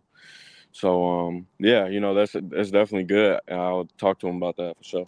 Do you remember having that moment like yourself or even, you know, with any of the guys when you were coming up, like your first year playing, you'd get into a game and you're like, this is not, you know, these guys are grown men. Like this For is going to sure. take some, you know, getting used to. Yeah, for sure. It's funny because you know my first game was a junior college game, Right. and I thought that was a big deal. We played. I remember I played against Niagara, and I shot. I missed my first like 6 shots, and then I hit my first shot. And I was like, okay, finally. And then you know I got in the rhythm because I mean I was nervous. I don't really get super nervous, but it was the first time I was playing in a college game or junior college, whatever. But then you know I got to Cleveland State. And my first what was my first Cleveland State game? It was Toledo, and during COVID, so there was no fans there, but you know, it was definitely a step up in competition. And then, you know, obviously at Mizzou is a whole different level. So, but conference, man, conference is so fun. You know, conference was for sure the most fun. Because you know it really matters. I'm not saying non-conference obviously it obviously matters, but SEC you know play is definitely a big deal, and you know it's what everybody looks forward to. So I'm looking forward, you know, for them, and you know obviously you know the upperclassmen is in Noah and Sean and all them. It's their last you know conference time of you know their college career, so I think they're gonna definitely tap into a different mode. I'm curious because you mentioned the upperclassmen there. Obviously, that will, I'm sure, help, especially guys like Nick and Noah and Sean who have been through the SEC gauntlet once, help the younger guys. But I mean, in non-con, I mean, they kind of they slipped a bit. Seton Hall, Illinois, definitely did not go the way I think anybody wanted it to. Um, Hmm. what is kind of the key? Like, what was always the message? I know Dennis always says, like, if someone's struggling with a shot, like, he doesn't want them to stop shooting. He wants them to just shoot through it till they For find it sure. again. When maybe the team as a whole is just in a rut. Kind of what is the key to getting out of that? Just you can't lose your identity. This program is built on culture, and whether we're winning by 20 or we're down by 20, we're gonna maintain that same culture, and that's what Coach Gates always preaches. Not even coach, but everybody down the line, and that I think that's why we were so special this year. And if they carry, which they've been doing, it's not like they haven't been doing. They had a tough schedule already. But if they maintain this culture, man, I'm not worried at all. And another guy should be worried. And Gates, I trust Gates, and I trust all the coaches, and even like you said, the upperclassmen, but even Aiden and even Jackson, they've been in the conference play last year, so they know what to expect, and they're younger, so they can kind of relate to the freshmen and help them out more. And even Kurt is he's coming from JUCO last year, but he's had experience. Tamara's had big time experience, so I think there's a lot of experience that can help. But as long as they maintain their culture, then I'm not going to be worried at all. Yeah. I do want to ask, going back to some of the underclassmen, with Trent, he got the start these last couple of games, Yeah. and you could tell, kind of early on, he did have that kind of culture shock. This is a new level I'm trying to reach. But he started these last 2 games. I'm curious, maybe what you've kind of seen, just even in his body language on the court, watching from afar, from him, that's kind of improved. And then I'm wondering, like, when Aiden was kind of that guy last year and sort of figuring it out, obviously he had all the physical tools, but what was kind of that like for him? And is it sort of kind of similar with what Trent might go through? Yeah, for sure. I mean, I'm first of all, I'm proud of what Trent is doing. He's starting at Mizzou as a freshman. He started the past couple games as a freshman, and he's like I said, he's gaining that experience. Game by game, it's gonna help him. But like I said, the SEC play is a lot different. But it's really about confidence, man. Even if you fake it till you make it, fake it till you make it. If you miss a shot, and maybe internally you'll be upset, but we got that thing called power clap. We got all of our little culture aspects, that Coach Gates preaches, and if Trent does that, man, the sky's the limit for Trent, and Jordan Butler, all the freshmen, man. I'm proud of them. And it'll be definitely good for them down the line, because in a couple of years, those dudes are going to be some real killers. Yeah, definitely. And I'm also curious, because after this Georgia game is the Kentucky game. They go on the road to Kentucky this year. Last season, that was kind of really like Mizzou you guys had just beaten the crap out of Illinois, and then you kind of reaffirmed that you were for real against Kentucky. I want to know, like, what was that Kentucky game like as a player? Because as a fan watching on TV, it was like really like oh my God, this team is for real moment. Oh yeah, of course, Kentucky, I even said it in my vlog. I remember, vlogging that game, and I remember, that was a game, or that is a game that, everybody circles. If everybody when they're younger looks at Kentucky and, wants to go to Kentucky or Duke, the big time blue blood schools. So, to go against them, you want to beat them, and not only you want to beat them, you want to beat the, SHIT out of them. And so, that whole week, I remember that whole week we were so locked in. But being locked in doesn't mean that, we have to be serious. Being locked in is, like I say, it's culture. It's just having fun at the end of the day. But I remember that Kentucky game, and I remember our crowd was going crazy that game. And, bless, Coach Gates put me in. I was even able, to put some points on the board, which was, definitely crazy. And I remember actually after the game looking on Twitter, and obviously, Kobe was, going to work that game. Demoy, I think, one of our most underrated, but maybe the best play of our whole season happened that game. It's kind of a nerdy. I think I know what you're gonna say. Is it the Aiden Shaw one? Yeah. That I actually wasn't gonna say that. It's a nerdy play. It's well that was my favorite, because me and Aiden are, that was my roommate on the road, and seeing that toughness, to Shibwe, well, that really solidified his toughness. But they had scored, and they were getting a little cocky after they scored, but Kobe inbounded the ball and threw it to Demoy. Demoy ran to his checkpoint. And he scored, but it took probably under 2 seconds to score. And I think that was our identity, man. We don't care what the other team does. Kobe got the ball out, outlet pass to Demoy under 2 seconds and scored. It's just like stuff like that. It just shows that we were clicking. But yeah, I remember after the game looking on Twitter, and Jeff Goodman took them out the top 25 and put us right where they were, and I was like, we should have been there the whole season. But I'm excited for those guys, but it's definitely Georgia first. We can, it's not a game to look past whether we got their number or not. And I think they're definitely excited for it too. Yeah, I remember that. And did Dennis finally smile after that play? Because it was was that a perfect coaching play? Because I know that's what he wanted.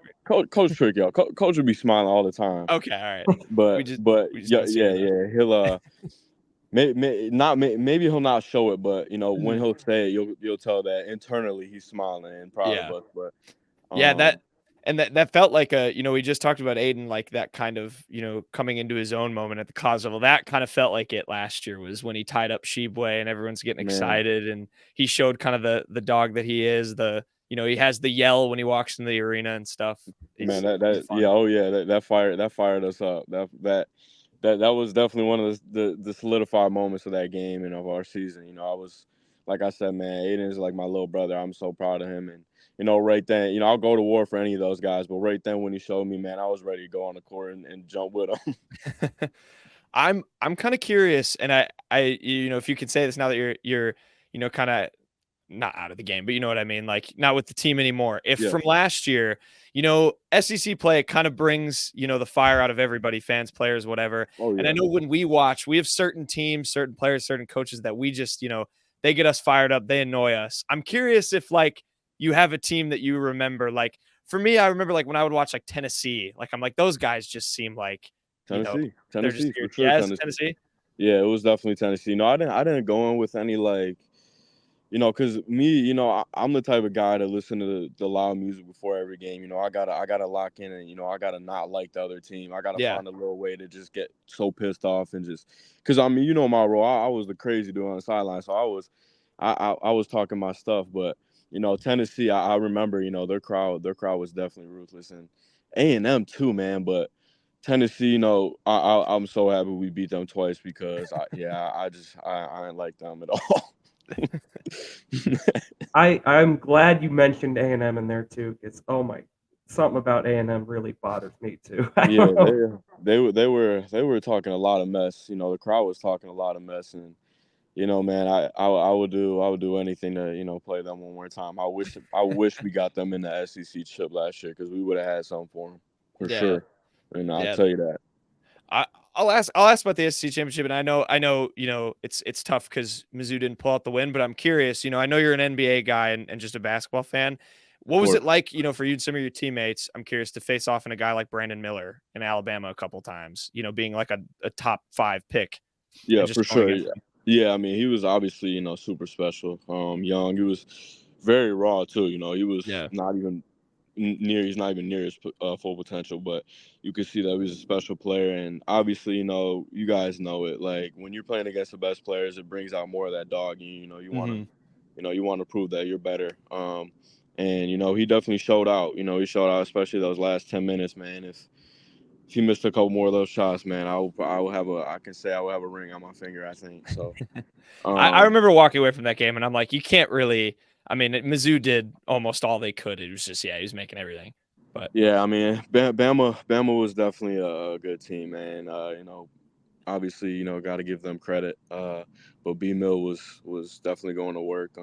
And sometimes it just happens that way, man. It happens, in the NBA, it happens in high school too. So, but playing against a guy like that is definitely, it's cool. I mean, it's cool to see, of course, because, he was second pick in the draft. So, seeing that, definitely just solidified it, and I'll be able to tell my my kids that that guy on the TV I was playing against.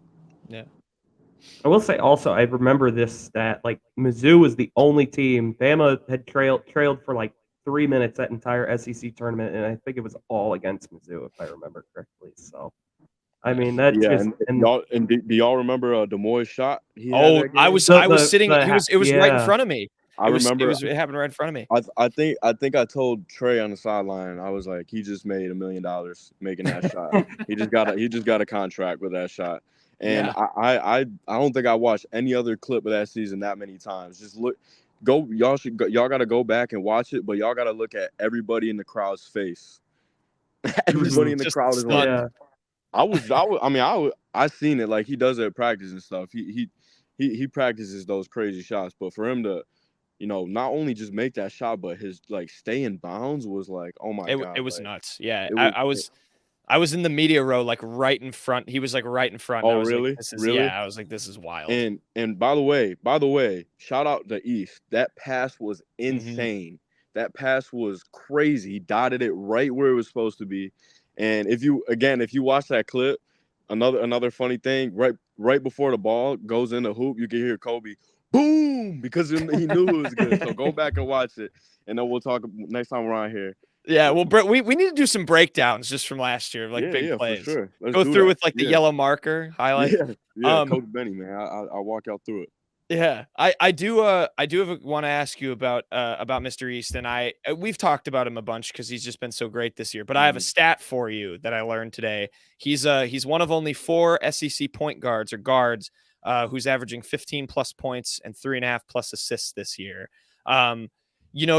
Just from even watching afar, I know talking to him, you're close with him. What have you kind of seen him, unlock? I know he's in a more advanced, role and put forward role with having to be with Kobe and Demoy gone, but just, I know we've asked you already, but just what have you seen him kind of unlock, at the end of I think you kind of said it, man. I think it's just his role. I mean, he's got to, fully embrace all of his skills.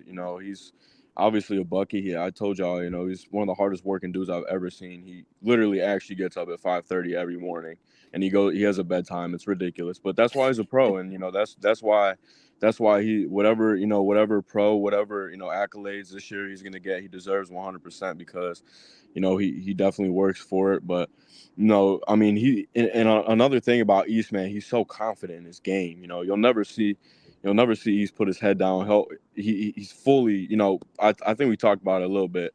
He bought into our culture so quick. He bought into Gates' culture so quick. With the power clap, it's just stuff you'll see, little stuff like that. He'll miss a shot, he'll point at the guy, my bad, and then get it back next play. But I would say it's impressive, but it's not even, it's not even really impressive because that's just who he is and that's just what he does. So, obviously it's my brother. I'm super proud of him. But living with him last year, he was literally getting up early and going to bed early. So he deserves it. I was going to say, it's definitely it's definitely just something mentally too. Cause I could get up every day at 5:30 in the morning. I would not get any better at basketball, but yeah, that's awesome. He has a routine and stuff. For sure. Yeah. Yep. And just last thing for me, Ben, you've given us a music or a TV show recommendation every time you're on. Do you have any this time? I've been listening to so much music lately, but actually shout out to Nick. He sent me a Bryson Tiller mixtape yesterday that I had no idea that came out. I don't know what it's called, but it's on SoundCloud, and every song is good on it. So Bryson Tiller, shout out Nick. I was like, I don't know how I didn't know about this, but that Bryson Tiller mixtape is fire. What about y'all? What y'all got? Oh, see, we all need to come more prepared because I'm like, yeah, I haven't been listening. I don't know. I've been helping my parents move a bunch. I haven't really. You know what? I'm pulling up my Spotify right now. I'm gonna do something.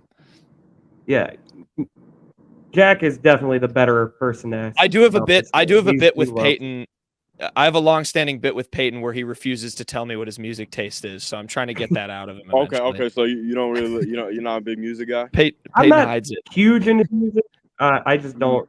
I don't listen to it a whole ton. I just don't have really a ton of time to listen. Actually, what you got? What you got? You know what? This will come with a story actually, because Ben, I swear every time I came into the arena, when I walked in to go to where the media was and sit down, every time the same song was playing every time, and it was Every Chance I Get, the DJ Khaled, the Lil Baby song. I swear you guys played that at the exact same time, like every game. I always heard it. So that's been I've been having that on my repeat lately. Yeah, that and there was a Young Jeezy song called Snowfall that we'll bump in the weight room, and it will be playing before the games. Yeah. But also a podcast. Have y'all seen Jeff Teague podcast? I've seen clips. I need to listen to a lot of it. It's so funny. I did not expect Jeff Teague to be that funny. Y'all got to definitely tap into that. Definitely. Yeah, we will. I want to check that out. Him and Paul George. I need to listen to both. Oh yeah, PG talks about Kobe sometimes on There his you pod, which is crazy. Yeah. I need to clip those and tweet them. For sure. The Kobe episode will be heavily promoted by us whenever inevitably comes on. But I know a guy. Maybe I can. Maybe I could talk to him. There we go. All right. Well, Ben, thank you so much. Yes, sir. We'll put your channel in the description for the video, so everyone go subscribe to Ben. He's got Sternberg Scoop resuming pretty soon. Soon, February, March. Let's do it, man. I'm excited. All right. Yeah, bet. Just in time for March Madness. Yes, sir. Cool, Ben. We'll have you back on again soon, yeah? Yes, sir. Talk to you guys soon. Sounds good. Thanks, Ben. Yes, sir.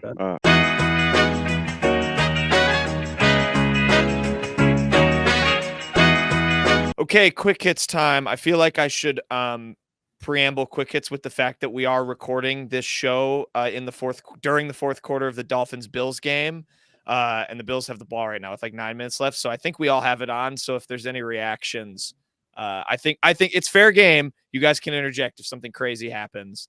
I don't know, during fraud rankings. It's 14-14. They put the graphic up that says if the game ends in a tie, what the playoff scenarios would be, which I love. I love that they did that. Now I'm rooting for a tie. Anyway, with that in mind, in case there's any reactions, any crazy shit happening. Ken Sports Shorts. Kenny, take it away. I mentioned a little bit in our recap of the Georgia game. Ken Sports Shorts this week has to do with the Georgia versus Mizzou basketball rivalry in the last 7 meetings. So I want you guys to, or I'm going to, not counting the game from Saturday, but in the 7 meetings before this game, what is Mizzou's record against Georgia? Okay, so I know Mizzou played them in the SEC tournament. I'm going to give you guys a breakdown just because I think it'd be a little bit easier to. So I'm just going to go backwards from 2023. So this is Athens, says Columbia, SEC, Athens, Columbia, SEC, Athens. So there's two. And that SEC. Goes back to 2019. Yes, two SEC tournaments. So they've only faced that many times since then. And yes, when you're including SEC, so like they're 2019, is that our freshman year or the year before that? So it would be our senior year of high school. Is that first? Okay. Or there's 2 games in 2019 that were from our senior year of high school. And that was the Michael Porter Jr. year. They were solid that year. That was Tom Crean before Anthony Edwards year. They were not good. Obviously, they beat them with Anthony Edwards. They beat them every time they played in the good Conzo year. They beat Tom Crean the bad Conzo year because I'm kind of thinking like 5-2, Peyton. I'm thinking 5-2 at worst. Or 6-1. Yeah, or 6-1. You think this is the first one? That would feel like a reason why you would put this on here too. Is like that was our first loss to Georgia. But no, because he said it's not including. Oh, yeah.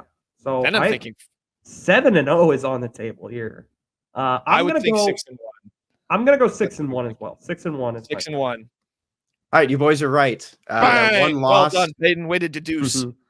Came Bills, the by the way. 16th of February in 2021 in Athens. It was an away game for the Tigers. Tigers lost 80-70. That was the one loss in the last 7 meetings before this loss on Saturday to Georgia. I have one more thing. The first time these two teams met was in 2001 on a neutral site in Greensboro, North Carolina. The Tigers won 70-68. What were their following 3 meetings against Georgia? What did they look like? What did they look like? Like were they wins or losses? Oh, all 3. Wins. It's either going to be wins or losses. Wins. Okay. Yeah. How about the next 6 after that? He could be trying to trip us up here. He could be trying to wins. Trip us up. Wins. I don't know. Idiot. I'm going losses. They were losses. 6 straight losses between the Bulldogs, and that was that. Don't play with me, Dalton. Don't test me. I'll pass every time. It was the second meeting in the SEC Can't even argue. Until the 2017 meeting between these two teams that Georgia owned the season series. They just gaslit me into thinking they were wins. All time, though, I mean, I Mizzou. did mention because of Mizzou's recent history against Georgia, the Tigers are 11-9 against the Bulldogs all time in men's basketball. So that's it for Sports Shorts this week. Well done. I do well like done. that you categorize that as a rivalry. It's not much history between these two other than Nico obviously blocking Nico. Anthony. It's the greatest play in that game matchup. Yeah, he blocked Anthony Edwards blocked and by then Nico. Anthony Edwards was visibly ticked, and he just was like, "Yeah, that was a small student section after the game." Even though we were, I remember he was looking up at us the whole time He laughed while we were in there. because Yeah, someone told we him he were wasn't in good. his head. Yeah. Send a video, LOL. Yeah. Okay. Best beats. Yeah, Here are the records. Terrible week for us. Montana. We're losers. Montana was terrible against South Dakota State to not cover the 12-point spread. I already mentioned the Mavericks. You guys warned me. You guys warned me. I did. I told you they were statistically that's the best FCS team of all time. I didn't heed, and I regret it.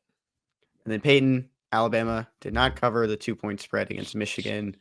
So we're looking at Peyton at 25-19, or Jack at 25-18, Peyton at 25-19, and me, Kenny, at 24-19. Me. Yes, I just used my name. So the first beat of the week, I'm doing the national championship game. I'm feeling Washington plus 4.5, covering that spread against Michigan. Not saying that Washington wins that game, but I think it'll be close. And if it's not, I think Michigan wins by 1 score. I'm in that boat. Michigan does play some really good defense. JJ's been playing well as well. Just Penix has looked amazing down the stretch as a quarterback, making plays that any 24-year-old can make. I think that's been showing out. I think it's going to be a close game. I think it's going to be a fun game. We've had a great playoff already, and I think this national championship game will be better. Most certainly will be better than last year's. Yeah, Michael Penix, Jesus. Finally in year 7 in college has really put it all together. I don't know, man. I was on that Husky train really early. Michigan matches up damn well with Washington. I really have a feeling Washington, literally, I don't know if the score will indicate it. I think Michigan is going to run the ball at will. I mean, they are just, I don't know how Washington's D-line is going to match up. I have a bad feeling about this. I was texting Peyton this. I've been riding the Washington train all season. I've been doing my own top 25. They've been number 2 for like the last 11 weeks. But yeah, I've been getting more and more worried about how as that matchup just gets closer. I think I agree with Peyton, but I like this, Kenny. I'm sticking with you. Go Dogs. I hope they win. Hope Washington wins. I'd love to see Washington win this. What you got, Peyton? Best beat. My best beat. The reason I lost this week equally as important of a game this is. I couldn't. Yeah. I couldn't bet on college basketball. So now I'm back. I'm gonna stick with the Huskies here, the Northeastern Huskies, that is, and I'm not even betting on them. Northeastern takes on Monmouth. They travel to Monmouth tomorrow. Monmouth is a 3.5. Folks, this is free money. Monmouth is a 3.5 point favorite. Torvik has this as 5.5. Okay, get this Monmouth line while you still can, folks. Go to bet online to do that, guys. I'm not wrong. I'm just early. Well said. I don't, Kenny. I was waiting for you. I have nothing to add.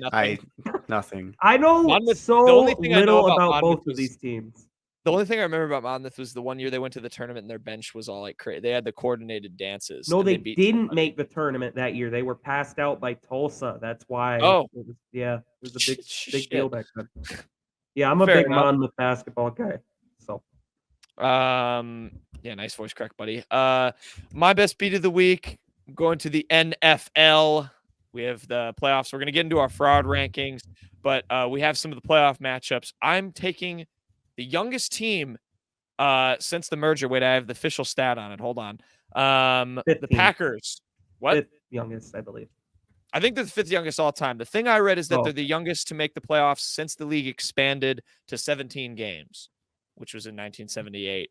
The Green Bay Packers, I'm taking them +7 against the Dallas Cowboys. What? Knowlton. You scoffing at my stat? Yeah, that doesn't make sense. They started playing 17-game seasons 2 years ago. Well, then blame StatMuse. StatMuse is wrong. But that's what I read. I don't know what they mean. But, this is not me getting fooled by a fake stat. I verified. I did my research, but it doesn't matter. Believe They're young. They're the youngest team in the league. I'm taking them +7 against the Cowboys. Packers beat the Bears. I was hoping that they would lose so that my Seahawks can make the playoffs, but instead I'm just going to ride the bandwagon. They're a young team. We'll see. Mike McCarthy, it just feels like he always finds a way to mess it up in the playoffs. This feels like really it could be the year for the Cowboys. They're at home, and I feel like they're going to blow this, if not in the divisional round, in the wild card round. So I'm gonna take the Packers to spoil, and even if they don't lose, they'll keep it close against the Dallas Cowboys. Yeah, not a good bet here. The Packers are not a very good team. They're too young for the moment. Dak has been here before. I think the Cowboys probably win this by 21+. Way to ruin Fantastic Four picks, too. Now we can't use that game because Jack had to make it his own. Well, apparently it was a bad game anyway, so who cares? Move on. Dirty Bird I of the agree week. with I don't want that. to hear it anymore. Kenny. My Dirty Bird of the weekend is everyone who followed Jake Browning's fiance on Instagram. You know who you are. My Dirty Bird of the week is Arthur Smith, the embattled Falcons coach. Got into it after getting absolutely shellacked by the Saints today. They had a chance to win the division if they had won and the Bucs lost. The Bucs did win, so it was a moot point, but they did not look ready to play at all. The last play of the game, one of the last plays of the game, was Jameis Winston came out after almost a pick six. He was supposed to take a knee. Dennis Allen, the Saints head coach, said, just take a knee. Let's go to the locker room. Instead, he just handed it off to Jamal Adams for a touchdown that meant nothing. Saints ultimately won 48-14. Arthur Smith was hot after the game. There was a hot mic that caught him yelling, "That's effing BS." Dennis Allen was like, "I completely agree with you," which was a little confusing until the post-game press conference when Dennis Allen revealed the players went rogue and they handed it off to Jamal Williams on a fake kneel. They handed it off on a fake kneel, so funny. Despite their head coach saying, just kneel it. At first I was like, whatever, Arthur Smith. Now I get it. That's a little insane. That's just, I love that. Just pure shithousery in week 18 with the division also, on the line. Yeah, there's a 3-minute clip of Jameis explaining it with of course there is. On his face. Of course there is. It's awesome. It's just such a Jameis. So cool. That's such a Jameis thing. Probably his career might be over for that. I mean, I'm you can't just go over your head coach's head that's pretty bad. But if there's anyone, not my team. He would have the overwhelming odds-on favorite to be the one that would do that. Yeah, overwhelmingly. Yeah, there you go. Falcons are the NFC South's a joke. My Dirty Bird of the week, I'm giving it to the Florida Atlantic Owls. It's been a very weird season for the Cinderella Owls. They, of course, beat Arizona, but they lost to the Charlotte 49ers.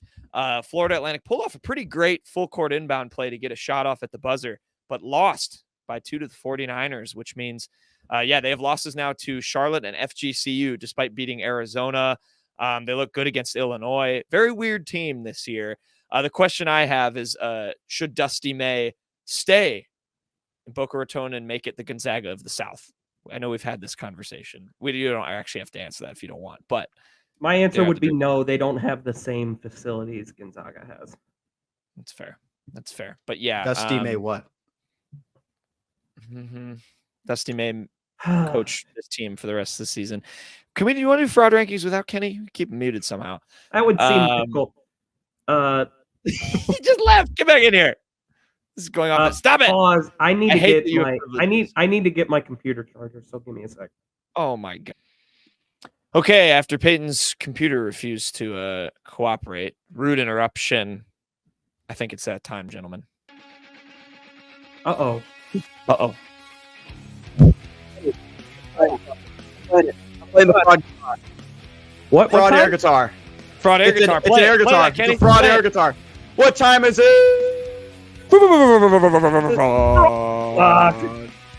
It's 1 o'clock and we're starting at number 5, and this is an easy one. We're gonna stay in the NFL world for all these 5. we scampered away the last 2 weeks. But week 18 football, what's up with that? Bunch of frauds. No one's playing. I thought Making the third strings play. Ohio State football. That's what that is. Ohio State fraud was only missing rankings. 4 starters. We're throwing this one to Peyton.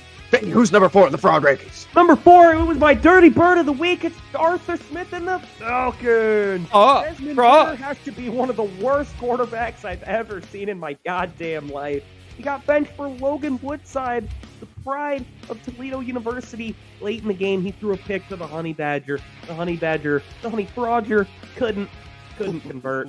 And that gave way to Fraudmus Fraudston handing the ball off to Fraudmall Fraudiums.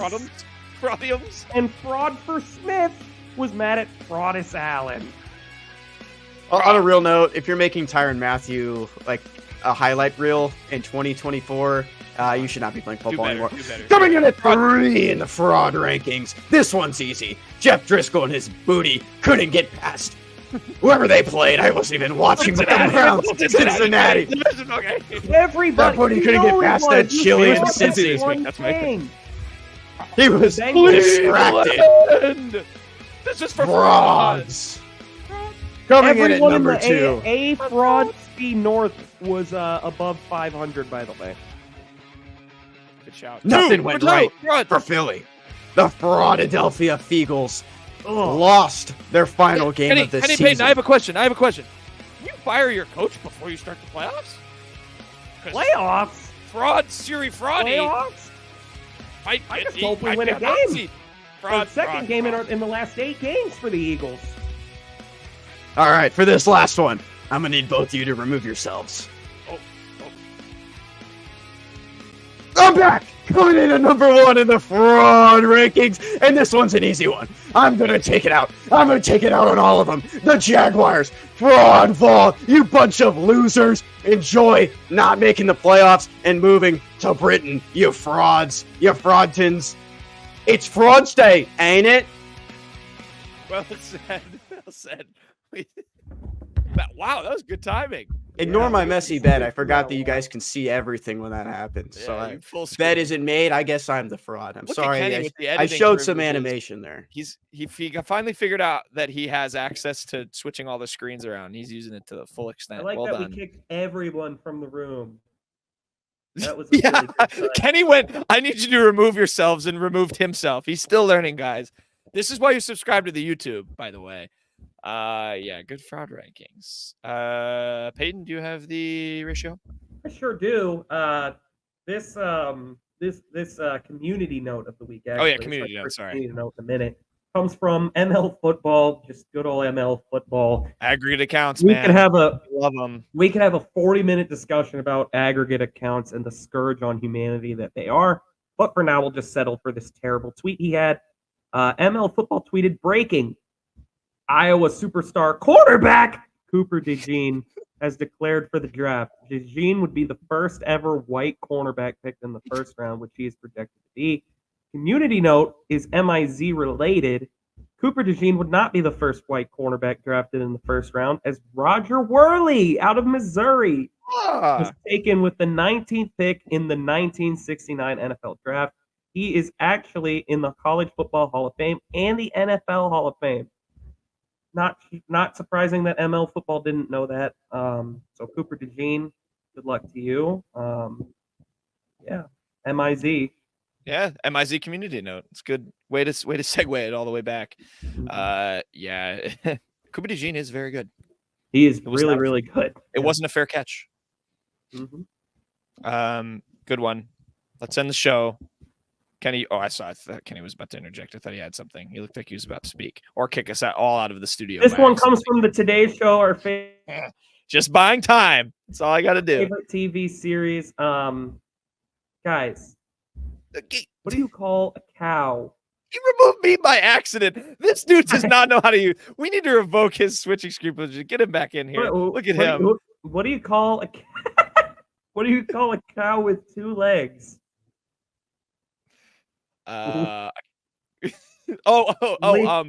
Listen, lean beef? Lean beef. Lean. No, 2 legs, not no legs. I said 2 legs. No, I know that his joke is if the cow has no legs. They're ground beef. Lean beef. That's ground beef. This is lean beef.